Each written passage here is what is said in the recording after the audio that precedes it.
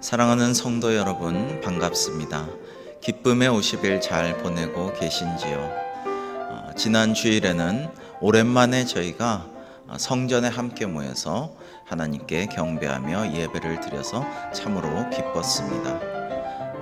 화요일에는 우리 이동현 목사님 안수를 받으셔서 또한 기뻐하고 즐거워하였습니다. 주일날 보시면은 많이 격려해 주시고 함께 기뻐해 주시기 바랍니다. 아무쪼록 주님 부활하신 후에 기쁨의 50일이 하나님의 은혜 가운데 평안과 그리고 기쁨이 넘쳐나는 귀한 시간 되시기를 간절히 기원합니다. 이 시간에 강의를 위해서 함께 기도하시겠습니다. 하나님 아버지 감사합니다. 주님 부활하신 기쁨의 50일 기간 동안에 다시 성전에 모여 예배하게 하시고 또 이동현 목사님 안수도 받게 하시고 저희들에게 기쁨의 제목들을 주셔서 감사합니다. 오늘도 인생지도 출애굽기 귀한 강의를 이제 시작하고자 합니다. 수고하시는 강재강 전도사님에게 성령 충만함과 지혜와 말씀을 가르치는 은사를 더욱더 풍족하게 주셔서 이 시간에 잘 가르치게 하여 주옵시고 하나님의 뜻과 말씀을 잘 전할 수 있도록 인도하여 주옵소서. 말씀을 듣는 우리 모두는 마음과 문을 활짝 열고 주님의 말씀을 깨달아 알며 그 말씀대로 실천할 수 있도록 인도하여 주옵소서. 이 시간을 온전히 주님께 맡겨 드리오며 예수님의 이름으로 기도합니다. 아멘. 이 시간 강사님 나오실 때 박수로 환영하겠습니다. 여러분 안녕하십니까? 한 주간 평안히 지내셨습니까? 오늘은 인생지도 출애굽기 제 6강을 여러분과 같이 나누고자 합니다. 지금 전체적으로 보면 한 3분의 1 정도 우리가 진도를 마쳤지요. 이제 한 3분의 2 정도 남았죠. 제가 이 인생지도 출애굽기 공부를요 지금까지 한 40여 분 정도, 40여 분 정도 하고 1대1이나 1대2 정도로 이렇게 만나서 출애굽기 공부를 진행을 했거든요. 그런데 이제 그 40여 분 외에요, 또 한 40여 분 정도, 또 한 40여 분 정도가 저랑 이제 출애굽기 공부를 같이 하기로 했는데 이런저런 사정 때문에 이렇게 조금 하다가 이제 멈추게 되고 또 이렇게 계속 하자 말로는 계속 하자 하다가 끝내는 못하고 이제 출애굽기 공부를 못하고 연락이 끊기게 된 경우도 있었고, 저도 이제 여러 가지 성경 공부를 많이 해봤는데요.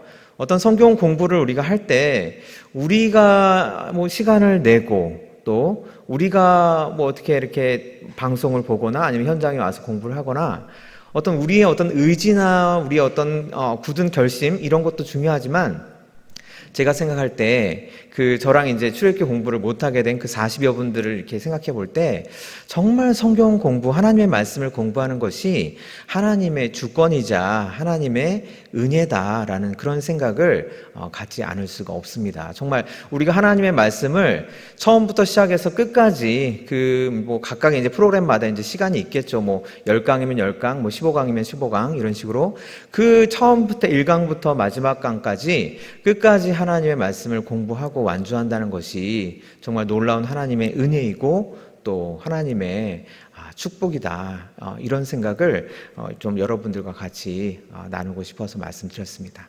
여러분 좀 힘내시고 시간이 이렇게 안 되시고 바쁘시면 하나님께 기도하시고 하나님의 말씀을 사모합니다. 하나님의 말씀을 이번 계기를 통해서 정말 열심히 배우고 싶습니다. 이렇게 꾸준히 기도하시면서 이 인생기도 출애굽기 14강까지 완주하시기를 주님의 이름으로 권면합니다. 자, 그러면 출애굽기 6강 신앙생활의 오리엔테이션, 자, 출애굽기 13장에 대해서 오늘은 좀 은혜를 나누고자 합니다. 지난 시간에 우리는 출애굽기 12장을 배웠죠. 출애굽기 12장에서는 6월절의 피에 대해서 우리가 집중적으로 은혜를 나눴습니다. 오늘 출애굽기 13장 이 부분에서는요, 유월절에 이은 이제 무교절이라는 절기에 대해서 우리가 배우고자 합니다. 하나님께서 무교절을 통해서 우리에게 어떤 신앙의 자세를 주셨는지 우리가 알아보고자 합니다. 먼저 유월절과 무교절이요. 우리가 성경을 읽을 때 유월절과 무교절이 약간 이렇게 혼란스럽게 쓰이는 부분이 있어서요. 우리한테는 혼란스럽지만 그 유대인들에게는 어떤 문화와 관습이고 전통이기 때문에 굉장히 자연스러운 거죠. 그래서 유월절과 무교절을 구분하는 방법을 좀 간단히 말씀드리면, 우리가 설날이 있죠, 여러분. 또 추석날이 있죠. 그러면 설이 있고 설 연휴가 있죠. 추석이 있고 추석 연휴가 있죠. 유월절과 무교절이 딱 그 관계입니다, 여러분. 유월절이 있고 유월절 연휴 기간이 바로 무교절이라고 생각을 하시면 되겠습니다. 그래서 첫날은, 그러니까 무교절 첫날은 유월절과 이제 겹치게 됩니다. 그래서 성경에서 보면은 유월절이라고 표현하다가 갑자기 무교절로 바꿔서 쓰고, 또 무교절이라고 표현하다가 갑자기 유월절로 나와가지고 굉장히 좀 그 유대인의 문화에 익숙하지 않은 우리들에게는 좀 혼란스러운 그런 면이 없지 않아 있습니다. 그런데 자, 유월절, 무교절의 관계가 설과 설 연휴의 관계이듯이, 자, 무교절은 유월절의 연휴 기간 7일이다. 이렇게 생각하시면 되겠습니다. 자, 그러면 이제 출애굽기 13장 제 6강으로 이제 들어가 보겠습니다. 하나님의 백성들에게 유월절은 새로운 출발이 됩니다. 그렇죠. 유월절을 기점으로 해서 이제 새로운 출발을 하게 됐지요. 하나님은 이 절기를 기점으로 새로운 출발을 명하셨고, 그리고 정체성을 어떻게 바꾸셨죠? 노예에서 하나님의 장자로 바꾸셨죠. 그래서요, 이스라엘은 이제 바로의 백성이 아닌 하나님의 자녀로서 애굽의 질서, 바로의 법이 아닌 하나님의 새로운 질서에 의해서 살아야 합니다. 13장에서는 하나님께서 유월절 사건으로 구원받은 하나님의 백성들에게, 이제 하나님의 백성으로 어떻게 살아가야 할지 새로운 질서를 가르쳐 주십니다. 그러니까 출애굽기 13장이라는 것은요, 구원을 받은 이후에 도대체 우리가 어떻게 살아야 할지, 구원받은 이후의 삶을 어떻게 살아야 할지에 대해서 이제 집중적으로 우리에게 가르쳐 주고 있는 장입니다. 다르게 살기로 결심한 사람들, 자, 여기를 보겠습니다. 첫 번째 질문입니다. 왜 하나님은 쉬운 길, 가까운 길을 두고 돌려서 홍해 길로 이스라엘을 인도하셨다고 말씀하십니까? 출애굽기 13장 17절에서 18절 말씀을 보시면요, 바로가 백성을 보낸 후에 블레셋 사람의 땅의 길은 가까울지라도, 지금 어떻게 말씀하시죠? 블레셋 사람의 땅의 길은 가까울지라도. 그러니까 지금 그 해안가를 따라서요, 가나안 땅으로 가면은 굉장히 가깝거든요. 역사학자들에 따르면 한 일주일 정도면 이집트에서 탈출해서 가나안 땅으로 갈 수 있다고 이렇게 말씀들을 하십니다. 그래서 굉장히 가까운 길이 있음에도 불구하고 하나님께서는 어떻게 인도하시냐면 그들을 그 가까운 길로 인도하지 아니하셨으니, 이는 하나님이 말씀하시기를 이 백성이 전쟁을 하게 되면 마음을 돌이켜 애굽으로 돌아갈까 하고 하나님께서 염려를 하신다고 말씀하십니다. 이 백성이, 이스라엘 백성이 전쟁을 하게 되면 마음을 돌이켜 애굽으로 돌아가게 될까? 하나님께서 이렇게 걱정하셨다는 말씀이죠. 이스라엘 백성들은요, 이집트에서 노예 생활을 하고 있었죠. 그러니까 어떤 군사적인 훈련도 하나도 받지 않고 무기도 하나도 없었겠지요. 그저 삽 들고 곡괭이 들고 이렇게 농기구 들고 농사 짓고 건축일 하는 그런 사람들이었어요. 그런데 이 사람들이 가까운 길로 가다가 주변에서 적을 만나게 되면 마음에 근심이 들어오고 마음에 두려움이 들어와서 전쟁이 일어나자마자 우리는 역시 이집트로 돌아가서 옛사람의 삶, 노예의 삶을 살아가는 것이 훨씬 낫겠다 싶어서 출애굽을 안 하고 다시 애굽으로 돌아가게 된다. 이렇게 하나님께서 말씀을 하시는 거죠. 여러분, 우리도 마찬가지입니다. 우리도 쉬운 길이 있으면요, 그 쉬운 길로 가려고 하죠. 하지만 쉬운 길로 가다가 쉬운 길이기 때문에 더 적들도 많이 나타나고 그 적들을 만나게 되면 쉬운 길이기 때문에 마음도 금방 포기하게 되고 마음도 금방 다시 옛사람의 마음으로 돌아가게 되죠. 하나님이 바로 이 점을 염려를 하신 것입니다. 그래서 하나님께서 홍해의 광야 길로 돌리셨어요. 홍해의 광야 길. 그러니까 지금 블레셋 사람의 땅의 길이 굉장히 가까운 길이에요. 해안을 따라서 쭉 가는 길이에요. 이 해안길을 놔두고 하나님께서는 홍해의 광야 길, 꾸불꾸불한 길, 돌고 도는 길, 자, 이 길로 인도하셔서 이스라엘 자손이 애굽 땅에서 나오도록 그렇게 역사를 하셨습니다. 그러면 두 번째 질문 보십시오. 이렇게 이스라엘 자손들이 홍해를 건너고 광야에서 무려 40년의 시간을 방황하고 또 방랑하면서 보낸 그 사건을 바울은 무엇이라고 해석하는지요? 이렇게 질문이 있습니다. 우리 고린도전서 10장 1에서 2절 말씀 보겠습니다. 형제들아, 나는 너희가 알지 못하기를 원하지 아니하노니 우리 조상들이 다 구름 아래에 있고 바다 가운데로 지나며 광야에서 고생했다는 얘기죠. 모세에게 속하여 다 구름과 바다에서 세례를 받고 라고 이렇게 우리 사도 바울께서 말씀을 하십니다. 여러분, 사도 바울이요, 무려 바울이 살던 시대로부터 무려 한 1400년 전 사건이죠. 지금 홍해를 건너고 광야에서 40년을 보낸 그 시간은요, 1400년 사건을 두고 지금 어떻게 해석을 합니까? 우리 조상들이 1400년 전에 광야에서 엄청 고생했는데 그때 그 모든 시간들이 다 어떤 시간이냐면 하나님께 세례를 받았던 시간이다라고 이렇게 해석을 한 것입니다. 저는 참 이 본문을 보면요, 바울 이분이 얼마나 통찰력이 뛰어나신지, 얼마나 구약 성경에 대해서 정말 통달하신 분이신지, 다른 사람들은요 1400년 전 사건에 별 관심도 없었어요.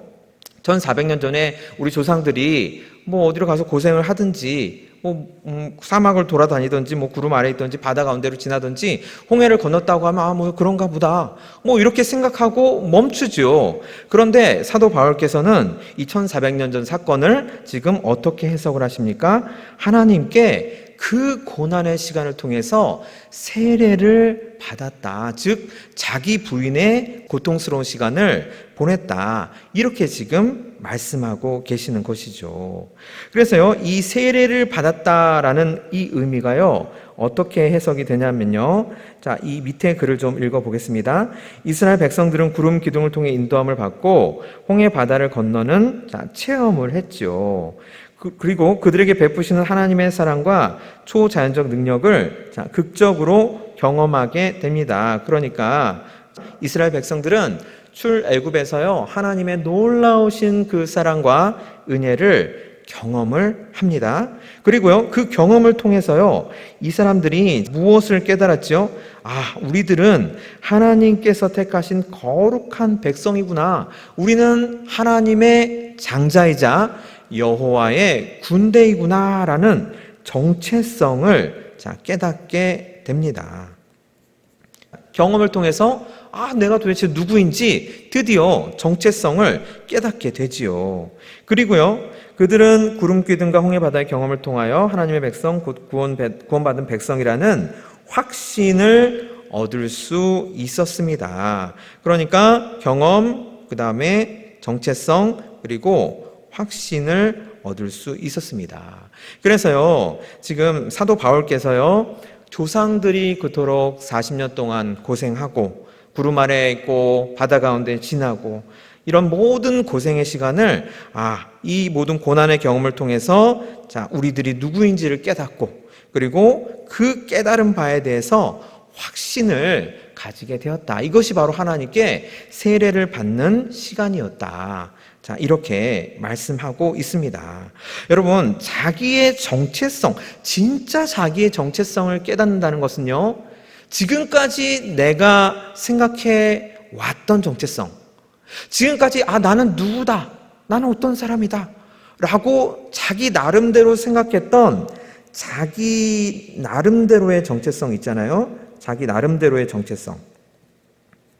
이 자기 나름대로의 정체성이 하나님 앞에서 철저하게 깨져 나가는 것이죠. 이 자기 나름대로의 정체성, 나는 내가 생각하기에 누구라고 생각한다라는 이 생각이 완전히 허물어져야지 하나님의 정체성이 나에게 들어올 수가 있는 거죠. 이 40년간의 광야에서 이 지극한 고통의 시간 동안에 바로 이스라엘 백성들은 자기를 부인하고 자기의 정체성을 하나님 앞에 다 내려놓아서 나는 하나님의 장자고 여호와의 군대고, 그리고 우리 이스라엘 백성은 하나님께 선택받은 민족이구나, 선민이구나, 이렇게 확신을 갖게 된 것입니다. 자, 그래서요, 이제 비슷한 맥락에서요, 세 번째 질문 보시면요, 우리 사도 요한께서도 비슷한 맥락으로 말씀하십니다. 요한일서 5장 4에서 8절에서 요한은 세상을 이긴 이김의 증거가 세 가지라고 말씀하십니다. 출애굽기 로마서와 연관하여 신앙의 성장을 설명해 보십시오. 자, 세상을 이긴 이김의 증거가 세 가지인데요. 그 세 가지 증거로 말미암아 우리 신앙의 성장 과정이 나타날 수가 있다는 것입니다. 먼저 요한일서 5장 8절 말씀을 좀 보겠습니다. 여러분, 이 본문은요, 너무 중요한 본문입니다. 별 100개입니다. 너무 중요한 본문입니다. 가급적이면은 따로 이렇게 어떤 말씀 카드라든가 아니면 핸드폰에 넣어두셔서 계속 이 말씀을 묵상하시면 참 좋겠습니다. 4절 말씀 보겠습니다. 무릇 하나님께로 난 자마다 세상을 이기느니라. 세상을 지금 이긴다고 말씀합니다. 세상을 이기느니라. 그리고 또 나오죠. 세상을 이기는 승리는 이것이니 우리의 믿음이니라. 5절 보시면 예수께서 하나님의 아들이심을 믿는 자가 아니면 세상을 이기는, 그러니까 지금 4절과 5절 사이에서 여러분 벌써 이 사도 요한께서 세상을 이긴다라는 표현을 3번이나 반복해서 쓰고 계십니다. 그만큼 하나님의 자녀에게는 세상을 이기는 승리가 중요하죠. 그런데요, 이 세상을 이기는 승리라는 것이 바로 뭐냐면 우리의 믿음이라고 지금 말씀하십니다. 우리의 믿음. 우리의 믿음이 곧 세상을 이기는 승리라고 말씀하십니다. 믿음으로 세상을 이긴다 라고도 얘기할 수 있겠지만 성경 본문에 더 우리가 충실하게 생각을 해보면 우리의 믿음이 곧 세상을 이기는 승리라는 것입니다. 자, 그런데요, 우리의 믿음이라고 지금 말씀하시는데 그 믿음의 내용은 무엇일까요, 여러분? 우리는 도대체 뭘 믿는 걸까요? 믿음의 내용.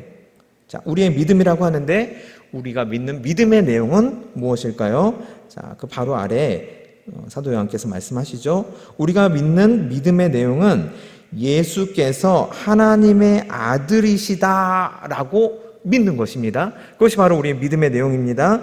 그리고요, 또 우리의 믿음의 내용은 뭐냐면 그 하나님의 아들이신 예수께서 우리에게 어떻게 임하셨나? 자, 물과 피로 임하신 분이시다. 여러분, 복음이 바로 이것입니다. 예수님께서 하나님의 아들이시고, 그리고 예수님께서 우리에게 물과 피로 임하셨다.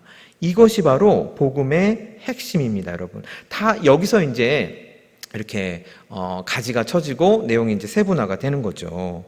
그래서요, 곧 예수 그리스도시라 물로만 아니요 라고 이렇게 말씀하시네요. 물로만 아니요. 물로만 아니요.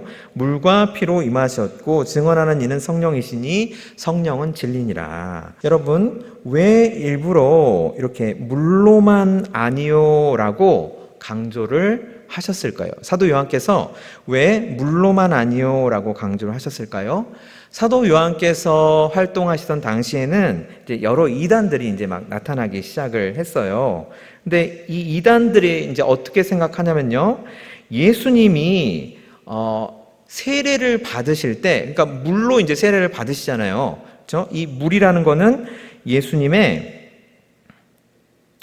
예수님의 세례를 가리키고 있는 거죠. 그래서 예수님께서 세례를 받을 때 하나님의 영이 예수님께 임했다는 거예요. 그러니까 그 전에 예수라는 그냥 단순한 한 인간이에요. 그 이스라엘 베들레헴에서 태어난 아주 그냥 평범한 청년, 단순한 그냥 한 사람에 불과한데 그 세례를 받을 때 하나님의 영이 임해가지고 신적인 인간으로 변화했다는 거죠. 그러면 그 신적인 인간이 어떻게 피를 흘릴 수 있냐 이거죠. 만약에 예수님이 하나님이라면요, 하나님이신데 신인데 신이 어떻게 피를 흘릴 수가 있냐는 거죠. 신이 어떻게 고통스럽게 십자가에 못 박혀서 죽을 수가 있냐는 거죠. 그래서 이단들이 이것을 가지고 엄청나게 아주 집요하게 공격을 했어요. 그러니까 우리가 예수님은 신성을 가지신 분이시고 인성을 가지신 분이다, 우리가 이렇게 배웠습니다. 예수님은 참 하나님이십니다. 동시에 예수님은 참 인간이세요. 그러니까요, 예수님께서요, 인성이 있으시구나라고 우리가 알 수 있는 것은 뭐냐면요, 예수님께서 흘리신 피로 알 수 있는 거죠. 예수님은 인간처럼 똑같이 고통당하시고 피를 흘리시고 인간이 죽는 것처럼 예수님께서는 죽으셨죠. 십자가에서 죽으셨죠. 그것이 바로 예수님께서 참 인간, 예수님께서 인성을 가지고 계시다라는 것을 우리가 알 수 있는 것입니다. 그런데 이단들이 생각하는 것처럼 예수님은 물로만 세례 받아서 그때 하나님의 영이 잠깐 임했고, 그리고 그 영으로 가지고 계속 3년간 사역하다가 십자가에서 못 박혀 죽으시기 직전에 바로 하나님의 영이 다시 하늘로 싹 빠져나갔다. 그리고 그냥 십자가에서 죽은 사람은 그냥 예수라는 그냥 청년이다, 이렇게 지금 주장한단 말이죠. 이것은 여러분 전적으로 잘못된 생각입니다. 그래서 사도 요한께서 물로만 아니요 물과 피로 우리에게 임하셨다라고 분명하게 말씀해 주시는 것입니다. 여러분 지금도요 이렇게 말하는 이단들이 얼마나 많은지 몰라요. 여러분 절대 이런 말들에 미혹되시면 안 됩니다. 예수님께서는 우리에게 물과 피로 임하신 분이십니다. 그리고요, 그 물과 피로 임하셨다는 것을 증언하는 이가 계시죠. 증언하시는 분이 계시는데 바로 성령 하나님이십니다. 왜냐하면 성령 하나님은 진리시니까요. 물과 피로 임하셨다, 이것이 진리고, 그 진리를 우리 안에서 밝히 드러내 보여주시는 분이, 밝히 깨닫게 해주시는 분이 바로 성령 하나님이십니다. 지금요, 여기 보시면요, 증언하는이라고 되어 있죠. 증언했던 이런 과거형이 아니라요, 증언하는 현재형입니다. 그러니까 성령님께서는요, 지금 우리 안에서 끊임없이 예수 그리스도께서 물과 피로 우리에게 임하셨다라고 증언을 해 주시고 계신다는 그런 말씀입니다. 그래서요, 결국 예수 그리스도를 증언하는 이가 셋이니 바로 성령과 물과 피다. 그리고 또한 이 셋은 합하여 하나다라고 우리가 알 수가 있겠습니다. 여러분, 이렇게 우리가 요한일서 5장 4에서 8절 말씀을 이렇게 살펴봤습니다. 그러면요, 이제 출애굽기 그리고 요한일서, 로마서 이 말씀들을 가지고요, 신앙의 성장 과정을 살펴보도록 하겠습니다. 자, 아까 제가 이 위에서 말씀드린 것처럼요, 우리가 세례를 받는다는 것은 경험 그리고 정체성, 확신이 생기는 이런 과정을 통해서 일어났습니다. 마찬가지로요. 우리가 구원의 경험을 먼저 하게 되지요. 그리고 그 구원의 경험이 어떻게 이루어지는지는 출애굽기 12장 40장에서 우리 믿음의 선배들이 이미 다 경험을 했습니다. 그래서 성경에 기록되어 있죠. 출애굽기 12장에서는요. 6월절 어린 양의 피로 구원을 받고요. 출애굽기 13장에서 18장에서는 구름과 바다에서 세례, 광야를 지나면서 세례를 받는 경험을 통해서 구원을 받았다는 그런 경험을 하게 되고요. 그리고 마지막으로 출애굽기 19에서 40장에서는 하나님께서 우리와 영원히 함께 하시고 동행하시기 위해서 성막으로 인도하시는 이 경험을 통해서 우리가 하나님께 구원을 받았구나라고 생각을 할 수가 있습니다. 출애굽기에서 이제 이런 일들로 나타나는데요. 6월절을 겪었고 광야를 갔고 이제 성막으로 인도받고 이런 경험을 했는데요. 우리 각자의 삶이요. 우리 각자의 삶에서 각자의 경험에 따라서 다 다르게 나타나겠지요. 각자의 경험이 있겠죠. 하나님께서는 그 사람의 가장 맞는 그런 경험을 통해서 구원의 경험을 하도록 인도해 주시지요. 이렇게 구원을 경험하면요, 우리가 뭘 깨닫습니까? 내가 새로운 정체성을 가진 사람이구나. 내가 새로운 정체성을 가진 사람이구나. 근데 그 정체성이 지금 어떤 정체성이죠? 우리 사도 요한께서 말씀하신 바에 따르면 세상을 이기는 사람이라는 거죠. 나는 세상을 이기는 사람이구나. 나는 세상을 이기는 사람이구나. 내 정체성은 세상에 지는 사람, 세상과 타협하는 사람, 그런 사람이 아니라 세상을 넉넉히 이기는 사람이구나라고 깨닫게 된다는 거예요. 구원의 경험을 통해서 나의 새로운 정체성을 깨닫게 된다는 것입니다.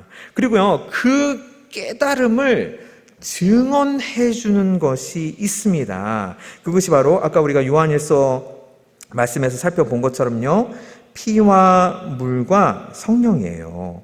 이 피가 나는 세상을 이기는 사람입니다 라는 나의 정체성을 증언을 해 줍니다. 그리고 이 물이 나는 세상을 이기는 사람입니다 라는 정체성을 증언을 해 줍니다. 그리고 이 성령이 마찬가지로 나는 세상을 이기는 사람입니다 라는 나의 정체성을 증명을 해 줍니다. 그러면요, 이렇게 이제 구원을 경험하고 그리고 나의 새로운 정체성을 깨달았습니다. 이제 확신이 들어야죠.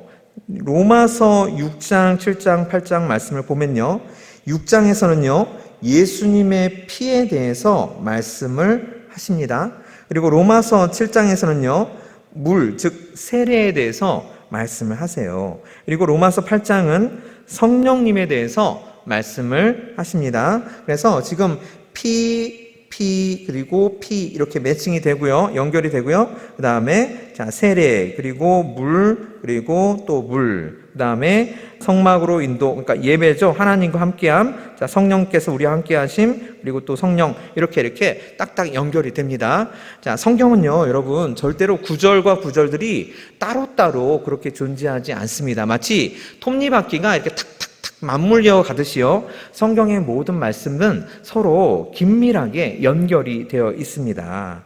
그래서요, 우리가 피로 증언을 받았다, 나는 세상을 이기는 사람이다 라는 새로운 정체성, 그 정체성에 대해서 피로 증언을 받았다는 것은요, 예수님의 피가 죄, 불신앙, 불순종을 이기니까요, 우리 삶에서도 죄와 불신앙, 불순종을 우리가 이길 수 있다는 말씀이에요. 그리고요, 물로 증언을 받았죠. 나는 세상을 이기는 사람이다. 물로 증언을 받았다는 것은 옛사람을 우리가 넉넉히 이길 수 있다는 말씀입니다. 그리고 성령께서 너는 세상을 이기는 사람이다 라고 증언해 주시는 것은요, 성령의 능력으로 말미암아 도저히 내 능력으로는 나의 어떤 혈기라든가 나의 욕심이라든가 욕망, 성품 이런 것을 이길 수가 없지만, 자, 성령의 능력으로 말미암아 이런 육의 성품, 혈기, 욕망 이런 것들을 넉넉히 이길 수가 있다는 것입니다. 여러분, 죄, 불신앙, 불순종을 이기고 또 옛사람을 이기고요, 내 자아를 이기고 내 어떤 혈기, 그리고 욕심, 욕망 이런 것들을 이기면 자, 삶에 무엇이 일어나겠습니까? 변화가 일어나지요. 삶의 변화가 일어나면 드디어 확신이 드는 거죠. 아, 정말로 나는 예수님의 피, 예수님의 물, 그리고 성령 하나님의 증언으로 말미암아 나는 정말 세상을 이기는 사람이 됐구나. 그 증거가 바로 뭐냐?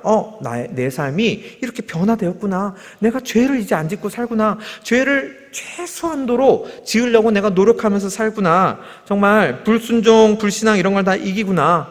내 모든 옛자 이런 것들로부터 내가 이제 이길 수 있구나. 내가 막 혈기가 막 부글부글 끓어오르는 사람이었는데 그런 것들이 다 성령의 능력으로 말미암아 이제 잠잠히 가라앉게 되었구나. 내 삶이 변화되었구나. 이렇게 확신이 들게 되는 거죠. 확증을 받는 거죠. 자, 여러분, 그래서요, 우리가 구원받은 이후에 결단해야 할 것은 무엇입니까? 우리가 지금까지 살았던 삶의 방식, 옛사람의 삶의 방식들은 다 버려버리고요, 하나님을 주인으로 모시는 삶을 사는 변화입니다. 그래서요, 우리 신앙의 성장 과정이라는 것이요, 결국 구원을 경험하고 이 구원의 경험으로 말미암아 나의 새로운 정체성, 사도 요한의 말씀에 따르면 세상을 이기는 사람으로서의 정체성을 깨닫고, 그리고 그로 말미암아 내 삶이 변화됨을 통해서 확증을 받는 거죠. 그래서 이렇게 내 삶이 변화되는 것, 하나님을 주인으로 모시면서 내 삶이 정말 변화되었구나, 이렇게 직접 자기의 삶을 목격하는 것이지요. 그래서 여러분, 변화된 삶을 살기 위해서, 삶이 변화되기 위해서요, 우리 신앙이 지금 내 옛모습 그대로의 신앙이 아니라 하나님께서 새로 빚어주시는 새로운 삶의 모습으로 변화되기 위해서 우리가 세 가지를 결단을 하라고 출애굽기 13장 본문 무교절을 통해서 하나님께서 말씀을 하십니다. 자, 첫 번째는요, 결단해야 할 세 가지 중에 첫 번째는요, 첫 것을 하나님께 드리고, 그리고 두 번째는요, 무교절을 지키고, 그리고 세 번째는요, 구름과 불기둥의 인도를 따르는 것입니다. 자, 하나하나 살펴보도록 하겠습니다. 첫 번째 질문입니다. 초태생을 왜 하나님의 것이라고 주장하십니까? 자, 초태생이라는 말은 첫 새끼를 말을 하는 것이죠. 자, 사람으로 치면 이제 장자죠. 그래서요, 이것을 하나님의 것이라고 말씀을 하시죠. 출애굽기 13장 1에서 2절 본문이랑 11절로 16절 본문 우리 다 같이 살펴보도록 하겠습니다. 자, 2절 보시면요, 이스라엘 자손 중에서 사람이나 짐승을 막론하고 처음 난 모든 것은 어떻게 하라고 하십니까? 하나님께서 다 거룩히 구별하라. 더 거룩히 구별하여 내게 돌리라. 이렇게 말씀하십니다. 이는 내 것이니라. 이렇게 말씀하십니다. 여호와께서 너와 내 조상에게 맹세하신 대로 너를 가나안 사람의 땅에서 인도하시고 그 땅을 내게 주시거든. 자, 12절부터 다시 잘 보십시오. 너는 태에서 처음 난 모든 것과 내게 있는 가축의 태에서 처음 난 모든 것을 태에서 처음 난 모든 것을 다 구별하여 여호와께 돌리라. 수컷은 여호와의 것이니라.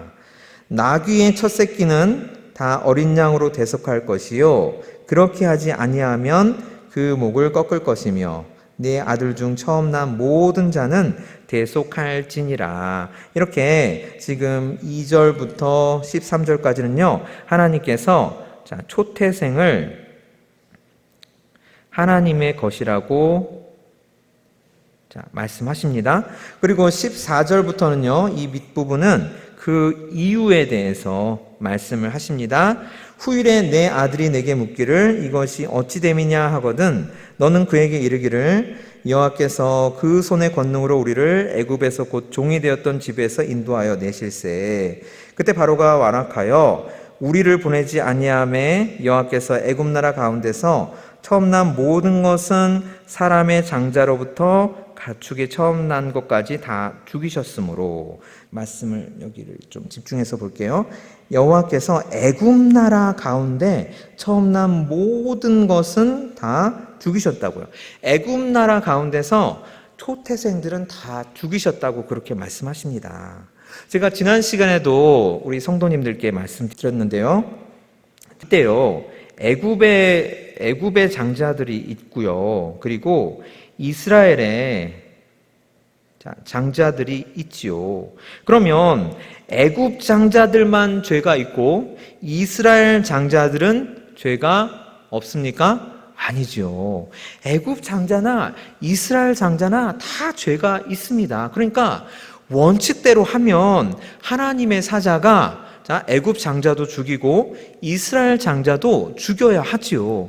그런데 하나님께서 전적인 하나님의 은혜로 이스라엘 장자들의 목숨을 무엇과 바꾸셨죠? 어떻게 구원해 주셨죠? 이스라엘 장자들을 유월절 그 어린 양의 피를 문설주와 임방에 바르면 이스라엘 장자들의 목숨은 살려주겠다라고 말씀하신 거죠. 이것이 전적인 하나님의 은혜예요, 여러분. 그러니까요, 이 죽이셨으므로 다음 부분에는 어떤 말이 생략되어 있을까요?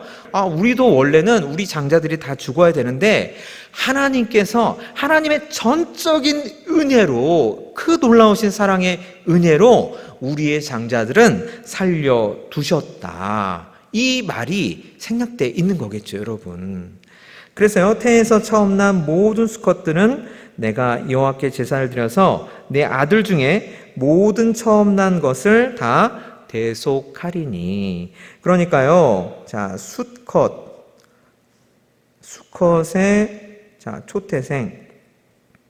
수컷의 초태생의 피가요, 누구의 죄를 대속합니까?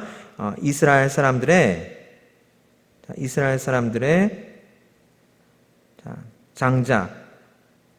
장자의 목숨을 대속하도록 하신 것이죠. 하나님의 전적인 은혜로 말미암아 이스라엘 사람들의 장자도 다 죽어야 하지만 수컷의 초태생의 피로 이스라엘 사람들의 장자의 목숨은 하나님께서 그 죄를, 이스라엘 장자들의 죄를 대속하여 주신 것입니다. 여러분, 그래서 다시 한번 정리하겠습니다. 초태생이 약간 헷갈릴 수가 있습니다. 하나님께서 왜 초태생을 우리에게 하나님의 것이라고 말씀을 하시죠? 첫 번째 이유는 이스라엘 장자들도 다 죽어야 되는데요, 마찬가지로 우리도 우리의 죄로 인해서 다 죽어야 되는데 어린 양이나 염소의 피로서 하나님께서 우리의 죄를 없는 것으로 여겨 주신 것이지요. 그 13절 본문 보시면요, 여기 나타납니다. 나귀의 첫 새끼는 다 어린 양으로 대속할 것이요 라는 본문이 있습니다. 나귀의 첫 새끼는 다 어린 양으로 대속할 것이요. 여러분, 나귀는요, 부정한 짐승으로 분류가 되거든요. 이게 되새김질을 안 하고 발굽이 갈라져 있지 않기 때문에 율법에 따르면 부정한 짐승입니다. 그래서 부정한 짐승의 첫 새끼는 다 어린 양으로 대속하라, 이렇게 말씀하십니다. 그리고요, 그 바로 뒤에 보면요, 너의 아들 중 처음 난 모든 자는 대속할지니라, 이렇게 말씀을 하시지요. 그러니까요, 나귀의 첫 새끼를 어린 양의 피로 이렇게 대속을 합니다. 이 나귀가 부정한 짐승이지요. 그래서요, 이 나귀가 무엇을 의미하냐면 영적으로는요, 우리의 죄를 의미를 합니다. 우리의 부정함. 그러면 우리의 죄, 우리의 부정함을 대속을 해야 되겠지요. 그것이 바로 무엇일까요? 어린 양의 피가 무엇을 의미합니까? 예수님의 피를, 십자가 보혈을 의미를 하지요. 이렇게 연관성이 생기는 것입니다. 우리의 죄, 우리의 부정함은 예수님의 피로 우리가 죄가 없는 것으로, 우리가 부정하지 않고 정결함을 받은 것으로 예수님의 피로 대신 씻어 주신 것이지요. 이것이 이제 첫 번째 이유입니다. 우리의 모든 죄를 우리를 대신해서 예수님의 피로 씻어 주시기 위함입니다. 그리고요, 두 번째는요, 아까 그 이전에 나와 있는데요, 거룩히 구별하라는 이 말씀입니다. 우리를 대신한 예수님의 보혈로 우리의 죄를 대속 받았으면 그 대속 받고 나서 아무렇게나 사는 것이 아니라 어떤 삶을 살라고 지금 말씀하시죠? 거룩히 구별된 삶을 살라고 말씀을 하십니다. 그냥 죄 내가 다 용서받았으니까 나는 또 다시 이렇게 아무렇게나 살겠다. 내가 또 죄 지으면 또 용서해 주시겠지? 이런 게 아니라요. 거룩히 하나님께 구별되었으니까 하나님의 그 아들 예수 그리스도의 피로 씻음을 받았기 때문에 거룩히 구별되었기 때문에 거룩한 삶, 경건한 삶을 살아가라고 이렇게 말씀하십니다. 그래서 이 두 가지 이유로 초태생을 하나님의 것이라고 말씀하시는 것입니다. 6월절 양으로 희생된 1년 된 수컷은 장자를 대신해서 죽은 희생양입니다. 하나님의 양이 대신 죽임을 당하였기에 하나님의 첫것은 하나님의 것으로 구별하라고 말씀하십니다. 첫것의 개념은요, 시간적으로는 가장 먼저의 것이요, 그리고 가치적으로는 가장 중요한 것입니다. 그러니까 우리가요, 신앙생활 함에 있어서요, 우리는 지금 구약시대가 아니라 신약시대를 살고 있지요. 우리가 희생제물을 가져와서 교회에 와서 이렇게 각을 떠서 그 피를 뿌리고 그러지는 않잖아요. 그렇죠? 우리는 이제 신약시대 사니까요, 우리가 하나님께 첫 것을 드릴 때 우리 시간에서 가장 먼저의 것, 그것을 드리고, 그리고 우리가 가진 것 중에 가치적으로 가장 중요한 것, 고귀한 것, 이것을 하나님께 드리는 것, 그것을 바로 하나님께서 초태생으로 기쁘게 받으신다는 말씀입니다.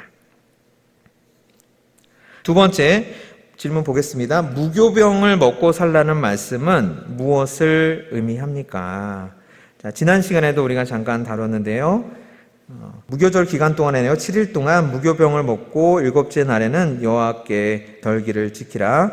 이래 동안에는 무교병을 먹고 유교병을 내게 보이지 아니하게 하여 내 땅에서 누룩을 내게 보이지 아니하게 하라. 그래서 지금도 이제 유대인들은 이 무교절 절기를 지키면서 집에 있는 모든 누룩들, 병균들, 잡균들 이런 것들 아주 샅샅이 철저하게 제거를 한다고 합니다. 그래서 영적으로요, 이 누룩이 죄를 의미한다고 말씀을 드렸습니다. 무교병을 먹고 살라는 말씀은 죄로부터 떠난 삶, 죄를 안 지으려고 열심히 노력하는 삶을 의미를 하겠지요. 그래서요, 하나님께서는요, 누룩들로부터 우리를 지키기 위해서 두 가지 방법을 쓰십니다. 첫 번째는 가난, 질병, 그리고 환경적인 고난을 준비를 하십니다. 고난을 통해서 하나님께서는 우리가 죄로부터 멀어지도록 인도를 하시지요. 그리고 두 번째로는요, 죄 없으시고 무교병이신 그리스도를 먹으라고 하십니다. 그리고 그리스도를 먹으라는 말씀은요, 바로 우리가 하나님의 말씀을 먹고 살아야 한다는 것입니다.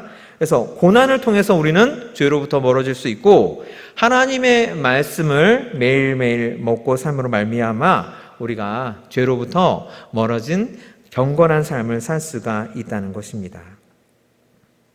죄는 가능한 빨리 처리해야 합니다. 죄를 짓게 되면 영적 교통이 끊깁니다. 거룩한 그릇과의 교제도 잘 안 되고 하나님과의 교제도 단절이 됩니다. 그래서 우리는 늘 무교병을 먹는 삶, 말씀을 먹는 삶, 죄로부터 멀어지는 삶을 살도록 해야 되겠습니다. 세 번째 질문입니다. 낮에는 구름 기둥으로, 밤에는 불 기둥으로 인도하신 이유는 무엇입니까? 말씀이 좀 기니까요, 20절부터 보겠습니다. 지금 출애굽하는 과정인데요, 그들이 숲곳을 떠나서 광야 끝 에담의 장막을 치니, 21절 보시면요, 여호와께서 그들 앞에서 가시며, 하나님께서요, 그 출애굽하는 무리들 앞에서 가시며 낮에는 구름 기둥으로 그들의 길을 인도하시고 밤에는 불 기둥을 그들에게 비추사, 그리고요, 하나님께서 어떻게 하십니까? 진행하게 하시니. 진행하게 하시니.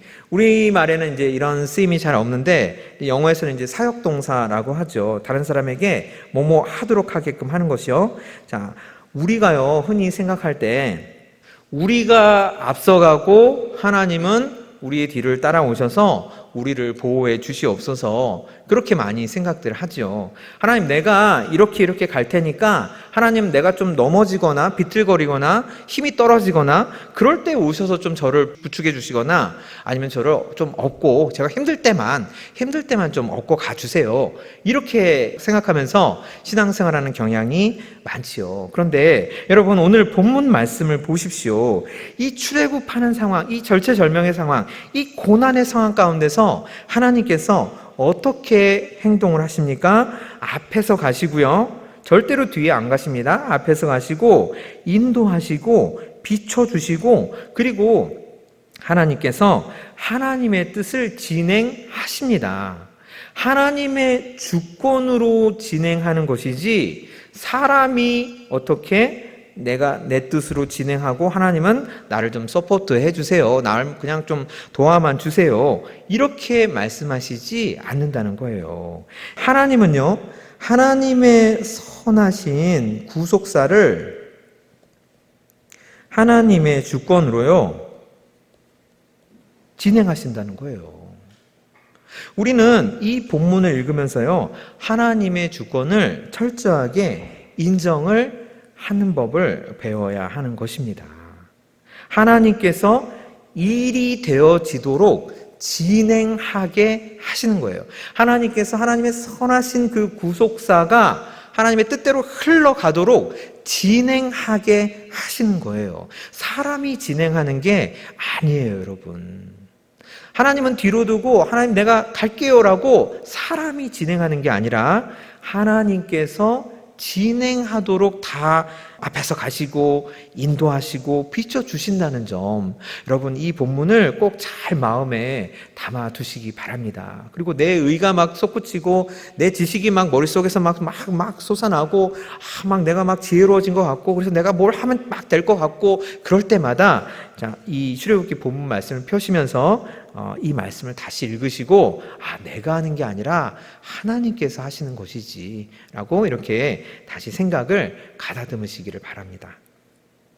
자, 낮에는 사막의 더운 햇빛과 열기로부터 구름기둥이 보호합니다. 밤에는 추위와 공포와 재난으로부터 불기둥이 보호합니다.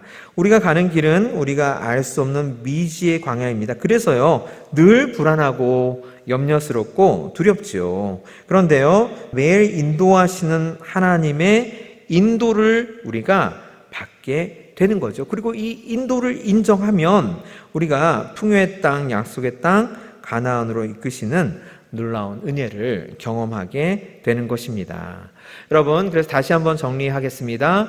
무교절을 통해서 하나님께서 우리에게 세 가지 결단을 요구를 하시고 계십니다. 첫 번째는요, 우리의 가장 귀중한 것, 가치적으로 가장 중요하고 시간적으로는 가장 먼저의 것, 그러니까 초태생의 것, 첫 것을 하나님께 드리는 신앙을 지금 말씀하십니다. 첫 것을 드리며 살겠다, 이렇게 결단하는 거요. 그리고 자, 죄에서 떠나는 신앙이요, 무교병을 먹는 신앙, 말씀을 먹는 신앙, 자, 그것을 말씀하시고요, 결단하라고 말씀하시고요. 그리고 세 번째로는 내가 아니라, 내 주권이 아니라 내 인생에서 하나님의 주권만 인정하자라는 그 결단을 지금 요구를 하십니다. 그래서 여러분, 이 세 가지 결단을 하시면서 구원받은 이후의 삶을 살아가시기를 권면드립니다.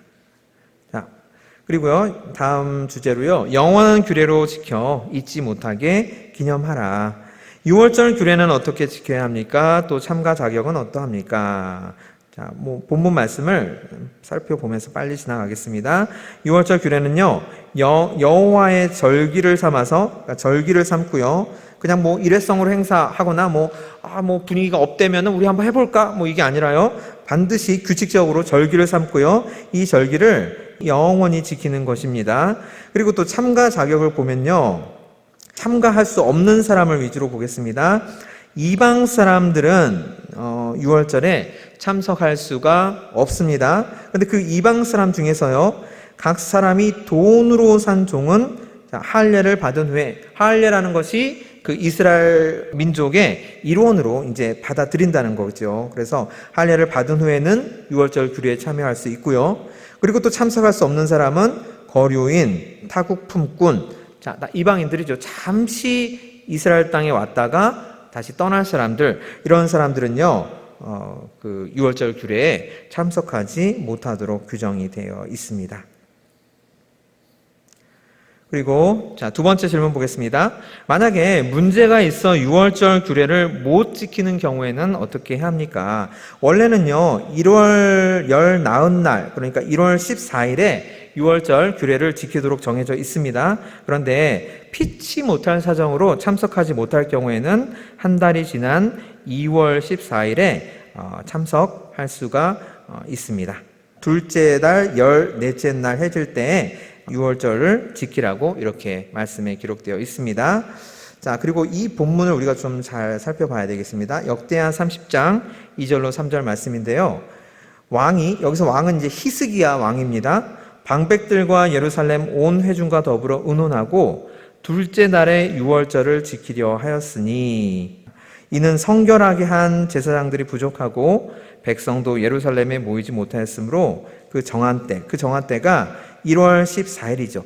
1월 14일, 규례대로 1월 14일에 유월절을 지키려고 했는데 제사장들도 준비가 안 됐고 또 백성들도 다 예루살렘에 모이지 못해서 한 달을 지금 연기하는 그런 과정이 지금 나왔습니다.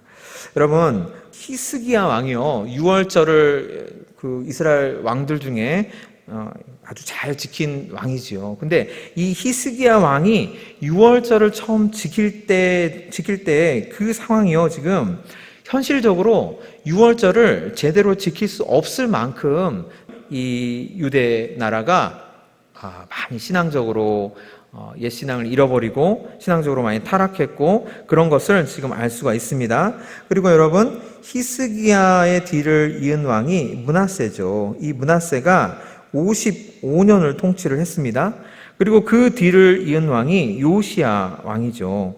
이 요시야 왕 때요, 어떤 일이 일어났냐면요, 요시야 왕 18년 때요, 성전을 수리하다가 율법책 두루마리를 발견을 합니다. 그리고 그 요시야 왕이 그 율법책을 읽고요, 너무 은혜를 받아서, 그러니까 너무 감격이 되어서요, 옷을 찢어요. 그러니까 지금까지는 이런 율법책이 있는지조차도 몰랐고 어디에 뭐 이런 율법책이 존재하는지도 몰랐고 말로만 간간히 조각조각 듣던 그 율법책을 이제 완전히 두루마리 형태로 딱 보니까 너무 감격이 된 거죠. 그래서 그 요시야 왕이 이 율법책을 입수한 이후로 이제 종교 개혁을 이제 철저하게 실시를 하죠. 많이 개혁을 했죠. 여러분, 이 연수를 한번 살펴보십시오. 히스기야 왕 때 많이 회복을 시켜놨어요. 그런데 73년이 지나자 왕임에도 불구하고 율법책이 어디 있는지조차 모르고 율법책을 읽어본 적이 없어서 율법을 읽으니까 너무 은혜가 되고 감동이 돼서 옷을 찢기까지 하면서 우는 거죠. 여러분, 저는 이 본문을 보면서요, 우리가요, 이 유월절에 대한 은혜를 정말 잊지 않게 하기 위해서 정말 우리가 어떻게 표현을 할까요? 우리 모든 것을 다 쏟아부어야 되지 않을까. 73년 만에 율법책이 어디 있는지조차 모르고 율법책을 읽어본 적도 없게 됩니다. 왕인데요. 그러니까 우리가 흔히 하는 말로요, 한 방에 훅 간다고 할까요? 우리가 철저하게 우리 다음 세대들에게 유월절에 대해서 가르치고 하나님의 은혜에 대해서 가르치고 그리고 예수님의 그 보혈의 은혜에 대해서 가르치지 않으면 73년만 지나면 우리 다음 세대들은 성경이 어떤 책인지도 모르고 성경을 읽어본 적도 없고 그런 상황이 된다는 거죠. 이것이 바로 이 역사가 알려주는, 우리에게 주는 귀한 교훈이죠, 여러분. 그래서요, 하나님께서는 이 유월절에 대한 은혜를 잊지 않게 하기 위해서 규례로 삼고 영원히 지키라. 그리고 자식에게 철저히 가르쳐라. 그러니까 기념하고 교육해라. 이렇게 말씀하십니다. 기념하고 교육해라. 그래서 우리도요 지금 한국 교회가 굉장히 어렵고 지금 다음 세대들이 복음화 비율이 점점 떨어지고 있는 상황입니다. 그래서 우리가 교회 교육에 있어서 이 기념 그리고 하나님의 말씀을 교육하는 것에 대해서 정말로 더욱더 신경을 많이 쓰고 기도를 하나님께 많이 드려야 될 것 같습니다. 자, 여러분 오늘은 적용 질문 딱 2가지만 하고 마치겠습니다. 자, 1번 질문과 2번 질문 보겠습니다. 질문이 아주 짧지요. 구원 받으셨습니까? 세례 받으셨습니까? 제가 신대원 다닐 때 제 동기 전도사님 한 분이 이 출애굽기 내용을 가지고 이제 그 사역하시는 교회에서 성경 공부를 이제 하셨어요. 근데 딱 이제 여기가 왔어요. 이 적용 질문이.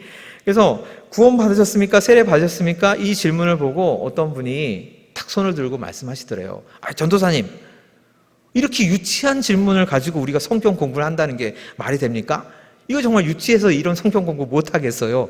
이렇게 말씀하시고 그 다음부터 성경 공부에 안 나오셨대요, 여러분. 여러분 어떻게 생각하십니까? 이 질문이 아주 유치한 질문일까요? 구원 받으셨습니까? 세례 받으셨습니까?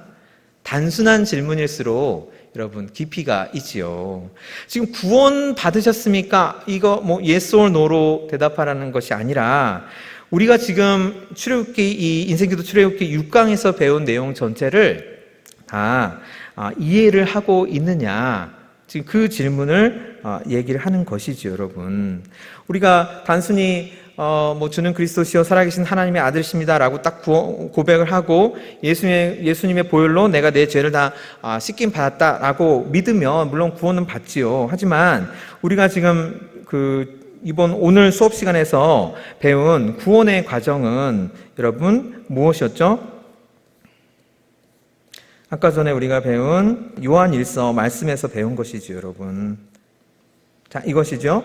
우리가 구원을 경험을 하고요.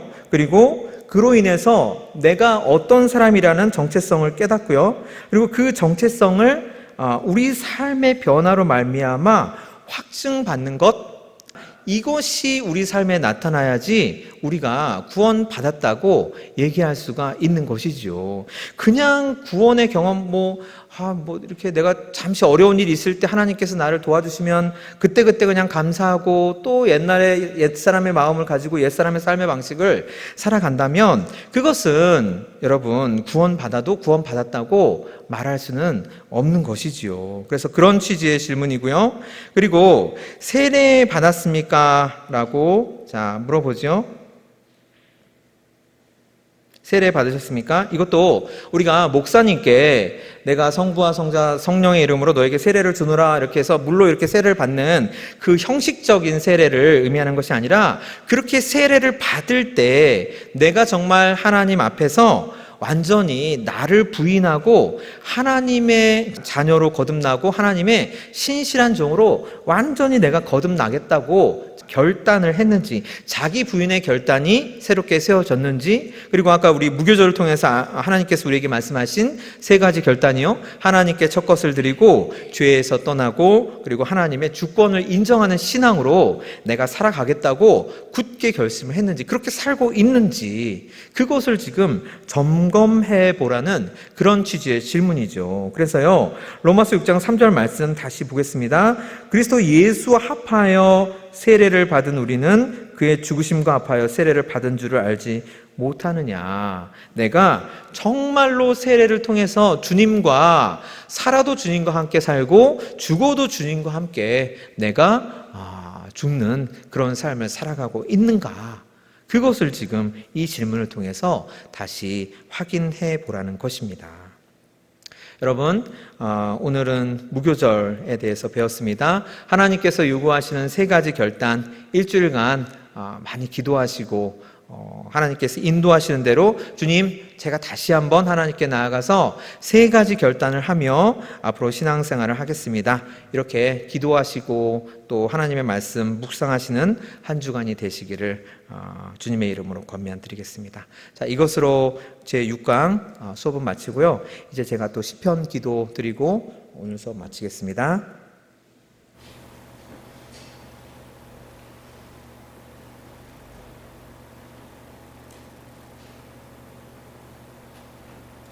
제가 종을 칠 때 잠시 침묵으로 기도해 주시기 바랍니다.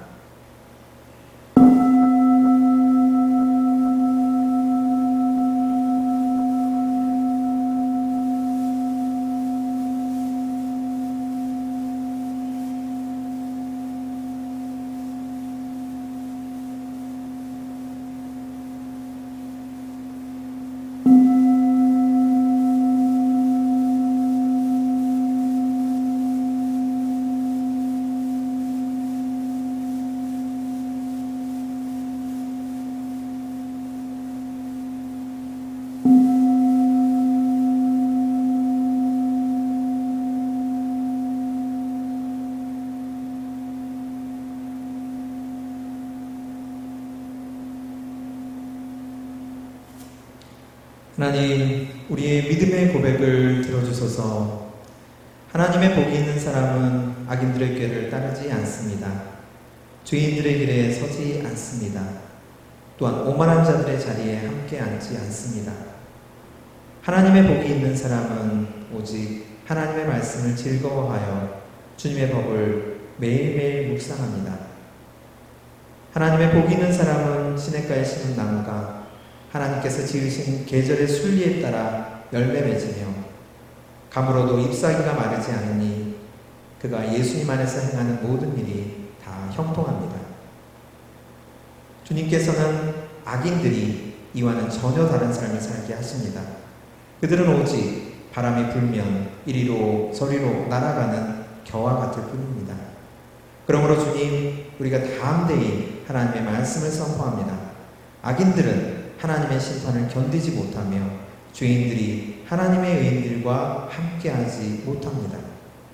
왜냐하면 하나님께서 의롭다 여겨주신 사람들의 길은 하나님께서 인정해 주시지만 악인들의 길은 잠시 형통한 듯하나 곧 망하기 때문입니다. 주님, 우리의 믿음의 고백을 들어주셔서 감사합니다.